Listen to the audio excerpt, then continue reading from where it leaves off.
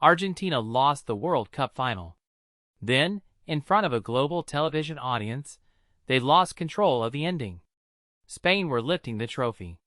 Argentina were standing in a line with their backs turned. And in the middle of all that noise, one detail became even messier. The post-whistle chaos around Leandro Paredes was first reported like another red card moment, before FIFA later had to clarify the record. That is the real story here. 3 moments in the same collapse. A failed attempt to get a Spanish player sent off.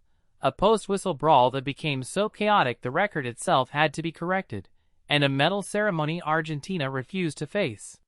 So how did a team that reached back-to-back World Cup finals leave the biggest stage in football looking like this?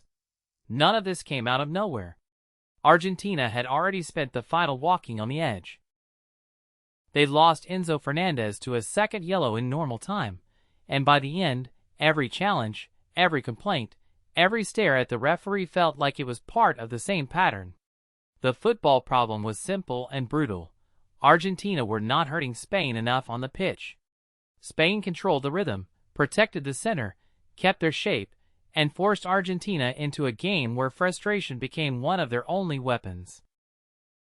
When a team cannot create the moment it needs with the ball, it starts searching for moments somewhere else. That is where the Cucurella appeal matters. Late in the match, with the score still refusing to move and the pressure rising, Lionel Messi went to referee Zlatko Vincic with a very specific complaint. He believed Marc Cucurella had covered his mouth while speaking to an Argentina player. That sounds small until you understand why Messi reacted. Covering your mouth on the pitch is no longer just a habit for hiding words from cameras. In this tournament, it had become a disciplinary issue serious enough to change a match. A player could be punished if officials believed the gesture was being used to hide abusive language or provoke an opponent. So Messi was not making a random complaint. He was looking at the rulebook and trying to turn one gesture into the most valuable thing Argentina could get at that moment. Spain reduced to 10 men. Picture the scene. A World Cup final. Argentina stuck. Spain still intact. Extra time approaching. And the captain of Argentina is pointing across the pitch, asking the referee to act on something most fans in the stadium probably never even noticed. The referee did not give it. Cucurella stayed on. Spain stayed whole. Argentina were no longer just trying to solve Spain. They were trying to escape Spain. Solving the game means finding a passing lane, breaking a press, forcing a save, changing the structure. Escaping the game means searching for one decision that can tilt the final without having to outplay the opponent in open football. And when that escape route closed, the emotional temperature did not drop. It kept climbing. The full-time whistle should have ended the contest. Instead, it released what had been building for 2 hours. Leandro Paredes became central to a confrontation after the final whistle involving Spanish players, including Eric Garcia and Gavi. Bodies came together. Players surged in. Staff moved toward the scene. The trophy had already been decided, but the fight had not left the pitch. And this is the important correction. The first wave of reporting made it look like Paredes had been sent off after the match. That was the story many people saw first. But FIFA later clarified that he had not received a red card. The official dismissal was Enzo Fernandez during the match. Paredes was involved in the post-whistle altercation, but the red card record had to be corrected. That correction does not make the scene cleaner. It shows how chaotic the ending became. The point was never just whether one more card existed in the database.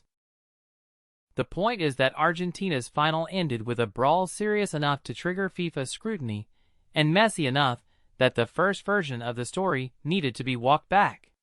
That is not composure. That is a team whose emotional edge had stopped helping them and started exposing them. A confrontation after the final whistle has zero sporting purpose. It cannot win you the trophy. It cannot change the score. It cannot create a chance. It only tells the world what is still left inside a team after the football has failed. And for Argentina, what was left was anger. Put that next to Enzo Fernandez's sending off, and the pattern becomes clear. One official red card during play. One failed attempt to get Spain reduced to 10. One post-whistle confrontation that FIFA had to review and clarify. 3 symptoms of the same collapse. The final chapter came under the floodlights, when the football was over and the cameras were still rolling. Argentina did not give it back. As Spain prepared to lift the trophy, Argentina's players stood with their backs turned. Not one player in an isolated emotional reaction. A line. A visible collective image. Heads low, bodies turned away, the winners glowing behind them. You can argue about tackles. You can argue about refereeing. You can argue about whether Messi had a point with the Cucurella complaint, or whether Paredes was provoked. But a medal ceremony is different. There is no tactical explanation. No VR angle. No interpretation of contact. It is just a choice. And Argentina's choice was to turn away while Spain lifted the trophy. That one image became bigger than the match because it captured the emotional truth of the entire night. Argentina could not hurt Spain with the ball. They could not get the red card decision they wanted. They could not keep the ending calm after the whistle. And when the final ritual arrived, they could not even watch the team that had beaten them receive the reward. That is the brutal consequence. Not losing the World Cup.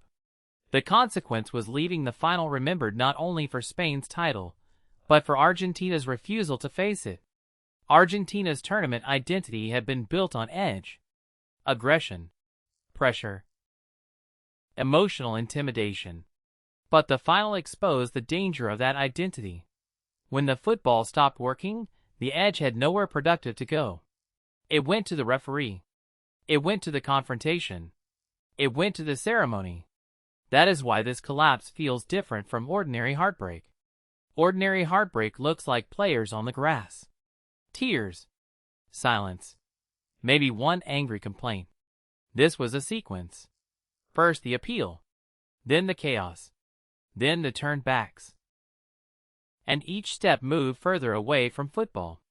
The Cucurella appeal was still inside the match. The Paredes confrontation came after the match, when the trophy was gone. The ceremony was even later. No referee decision, no opponent in a duel, just the final public image of the night. And that final image said the same thing the previous 2 moments had been saying. Argentina could not accept the ending in front of them. This is why the corrected Paredes detail makes the story sharper. The scandal is not that Argentina officially finished with 2 red cards. They did not. The scandal is that the night became so disorderly that the world briefly believed they had. A red card is a fact. Chaos is a memory. And memories are what survive on social media, in thumbnails, in comment sections, and in the way people talk about a final years later. Spain left with the trophy. Argentina left with the image. The back-turn line. The failed appeal. The post-whistle fight. The corrected record. The uncomfortable ceremony. All of it points to one hidden reason. Argentina's competitive intensity had become their identity, but once Spain survived it, Argentina had no calmer version of themselves left. For Messi, the ending is especially cruel. His final World Cup appearance should have been framed as the last chapter of one of football's greatest careers. Instead, the final minutes around him became about everything Argentina did after the football slipped away. Sometimes, the story of how a team loses is not written by the goal they concede. It is written in the minutes after the whistle, when there is nothing left to win and the cameras are still on. One appeal. One post-whistle brawl. One turn back. 3 moments, the same emotional wound, turning a heartbreaking final into a story about discipline, pride, and the cost of not knowing how to lose. So was Argentina's reaction understandable heartbreak, or did they cross the line on football's biggest stage? If you think it was raw emotion, drop a blue heart below. If you think it was disrespect, drop a stop sign. And if you want the full story behind every big match, one hidden reason at a time, no fluff, no 50-team predictions, subscribe now and turn on notifications.